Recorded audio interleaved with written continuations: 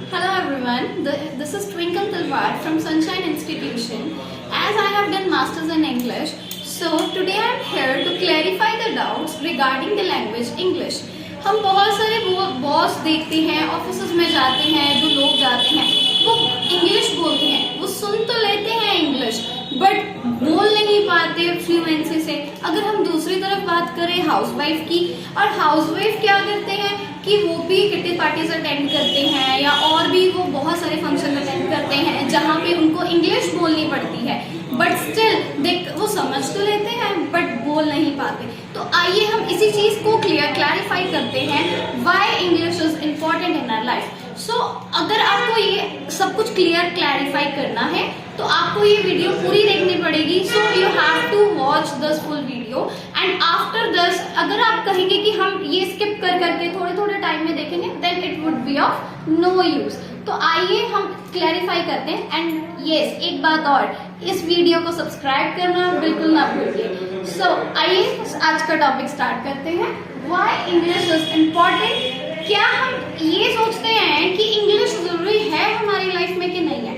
आजकल के टाइम में हम बहुत सारे डॉक्टर्स, इंजीनियर्स और भी बहुत सारे ऐसे ऑफिसर्स देखते हैं जो बहुत फ्लुएंसी से इंग्लिश बोल पाते हैं but still they have never gone to the English class 2। उसके बाद भी हम उनको जब देखते हैं तो हमें होता है काश हाँ हम भी ऐसे इंग्लिश बोल पाते। तो ये वीडियो आपको इतनी ज्यादा हेल्पफुल होगी कि आपके सारे डाउट्स क्लियर होंगे। तो ये जो वीडियो आज की है हमारी, वो बिल्कुल बेसिक कॉन्सेप्ट से स्टार्ट की जा रही है। दैट इज, उसके पहले हम जैसे कि इंग्लिश स्टार्ट करें उससे पहले हमें एक चीज और क्लियर करनी पड़ेगी, why grammar is important in English. कि इंग्लिश में ग्रामर जरूरी है भी कि नहीं है। अब बहुत सारे मैं फिर से रिपीट कर रही हूँ कि बहुत सारे ऐसे लोग होते हैं जिन्होंने कभी ग्रामर क्लास नहीं लगाई होती, इंग्लिश सेशंस नहीं लगाए होते, but still they can speak English very fluently. हाँ, कुछ हद तक ग्रामर जरूरी पार्ट है हमारी लाइफ का। अब ग्रामर देखो सबको आती तो है, बोलते भी हैं लोग, पर एक ह्यूमन माइंड है। ह्यूमन माइंड से हम कुछ भी डिलीट तो कर नहीं सकते हैं। एंड सबसे बड़ी बात इसकी ये होती है कि अब ओके हम ऐसे करते हैं, इसको हम एक एग्जाम्पल से रिलेट करके इसको करते हैं। फॉर एग्जाम्पल, आपको एक बहुत सारा मेस दिया गया है एक रूम में और आपको वो बोला गया है कि क्लीन करो, ठीक है? तो आप सबसे पहले क्या करोगे, आप एक एक पोर्शन उठा के, चाहे पहले बेड वाला पोर्शन क्लीन करोगे, ठीक है, या फिर एक कोई भी कॉर्नर उठा के उसको क्लीन करोगे, और इसके अलावा या फिर सारा सामान बाहर उठा के फेंकोगे और उसके बाद धीरे धीरे करके हर चीज सेट करोगे। सो इन द सेम वे आप सबको ग्रामर तो आती ही है ना, बट उसको जो है कहाँ पे किसकी यूजेज है बस वो आपको सीखनी है। बस उसको हर एक पोर्शन में फिट करना है कि हर चीज कैसे पॉसिबल हो सकती है। सो हम आज बिल्कुल बहुत ही बेसिक, ये बहुत ही बिगनर जैसे इंग्लिश जो स्टार्ट करने वाले हैं, ये उनके लिए बहुत हेल्पफुल है वीडियो। चाहे वो एक स्टूडेंट है, चाहे वो हाउसवाइफ है, चाहे वो ऑफिस गोइंग है, कोई भी पर्सन इस वीडियो को यूज कर सकता है, वॉच कर सकते हो, just to improve the English. So everybody knows that English comprises of 26 alphabet, that is A to Z। ये तो सबको ही पता होगा। अगर आपको ये भी नहीं आता then I will be providing you the A to Z too। So अगर हम A to Z को split करने जाएंगे, that splits into the two sections, that is vowels and consonants। Then the next thing is vowels। There are only 5 vowels in the A to Z। Vowels means sound। बहुत सारे लोग इसकी pronunciation vowels बोलते हैं, but the correct pronunciation is vowels। ये होती है एक sound। For example, A, E, I, O and U, ये हमारे सारे vowels हैं। अब इसको मैं हिंदी में identify कैसे करूंगी? A की sound है G, अ, E की sound है E, I की है बड़ी E, O, और U की जो sound है वो य से यज्ञ वाली नहीं है, वो है ऊ जो बड़े ऊन वाली होती है। That is the vowels and the rest of the alphabets which are in our alphabet order A to Z, that is named as consonants। For example अब हम कॉन्सोनेंट्स की भी बात करेंगे। अब हमने 5 वॉवल्स A to Z में से। अब 26 में से अगर हम 5 वॉवल्स निकाल रहे हैं तो हमारे पास रेस्ट 21 अल्फाबेट्स ही बचे।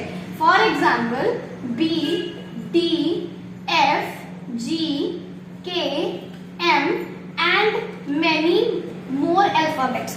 अब ये दोनों एक दूसरे के साथ बहुत ही ज्यादा इंटरलिंक्ड है। ये कैसे इंटरलिंक्ड है? अब देखो, विदाउट वाउल्स हम इनका कॉन्सोनेंट्स का कोई वर्ड नहीं बना सकते, एंड हम बिना सिर्फ वाउल्स को ही उठा के हम एक कोई भी वर्ड नहीं बना सकते। That is not possible. So these two things are very independent upon each other. अब मैं एक एग्जाम्पल लेती हूँ। अब अगर हम लिखें BDF, I don't think so कि ये कोई वर्ड बना। ना ही अगर हम इसके एक और एग्जाम्पल लिखें GKM, ये भी कोई वर्ड नहीं बना। ठीक है, अगर हम इसमें लगा दें, साउंड लगा दें, कोई भी साउंड वर्ड लगा दें वाउल्स में से, BED बेड, तो ये एक वर्ड बना और इसकी एक मीनिंग भी है। Okay fine. अब कॉन्सोनेंट्स के लिए तो इतना ही रहेगा। हम जब नेक्स्ट टॉपिक्स करेंगे उसमें ये चीज बहुत हेल्पफुल होगी, but the thing is you have to remember this A to Z which splits into 2 things। अब आते हैं हम वर्ड्स में। अब सभी सोचते हैं कि इतनी फ्लुएंसी से इंग्लिश कैसे बोल लेते हैं, है ना? तो हम ये सोचेंगे कि जो हमारी आसपास वाली चीजें हमें उसे इंग्लिश में प्रोनाउंसिएट करना शुरू करेंगे। देखिए, इंग्लिश कैसे सीख पाएंगे? वो हमें हमारी जो घर की आसपास की छोटी मोटी चीजें, फॉर एग्जाम्पल चम्मच है, चम्मच को हम स्पून बोल सकते हैं, और भी बहुत सारी चीजें जैसे सिरहाना बोलते हैं, सिरहाने को हम पिल्लो भी मतलब छोटे छोटे वर्ड से हम स्टार्ट करेंगे। और एंड वैसे भी English comprises of more then 5 lakh words here. अगर पूरे वर्ल्ड में इंग्लिश में 5 लाख से ज्यादा वर्ड्स की यूजेज होती है, but most of the people use 20 to 30,000 words. ठीक है, 20 to 30,000 वर्ड्स मोस्टली लोग यूज करते हैं। देखिए, ये ह्यूमन माइंड है। ठीक है, ह्यूमन माइंड के लिए it's very difficult to learn more then 5 lakh words. हाँ, अगर ऐसा होने लग गया तो फिर तो इंग्लिश कभी भी आ ही नहीं पाएगी, क्योंकि ह्यूमन ब्रेन इतना कवर अप नहीं कर पाएगा। सो अगर हमें बेसिक इंग्लिश भी करनी है, एक फ्लुएंसी से इंग्लिश सीखनी है, if we want to speak English so fluently, so we have to learn only 3,000 words, only 3,000, and I think that is not the more number. So words, what is the words? Words splits into the 3 sections. 3 sections, that is clause, phrase and sentences. अभी हम इसकी detailing करेंगे। ये बहुत ही ज्यादा helpful है, और ये this is the first step regarding the English. उसके बाद हम फर्स्ट टॉपिक पे आ जाएंगे, that is clause. Clause that contains both subject and predicate. आइए अभी पहले समझते हैं सब्जेक्ट और प्रेडिकेट होता क्या है। ओके, सब्जेक्ट मीन्स कर्ता।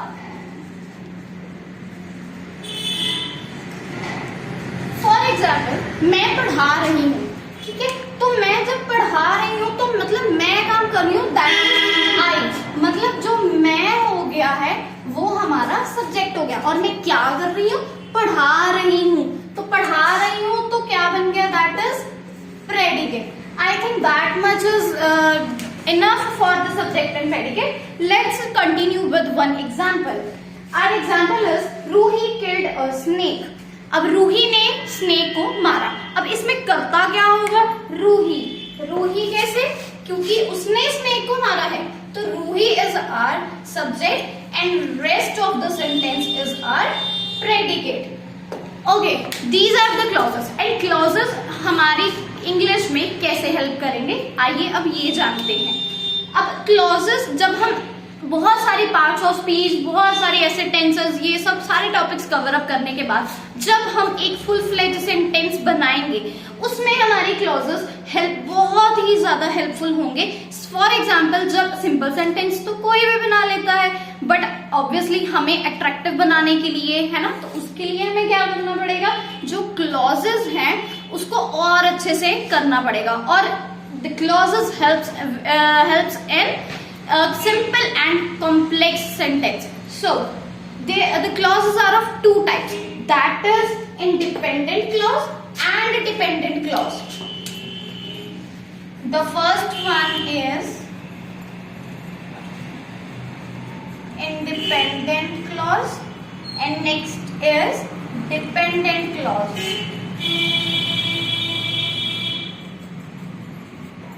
ओके, इसकी जो डिटेलिंग है, इसकी दोनों की independent clause and dependent clause, इसकी हम डिटेलिंग बाद में करेंगे when we will start with the clauses topic.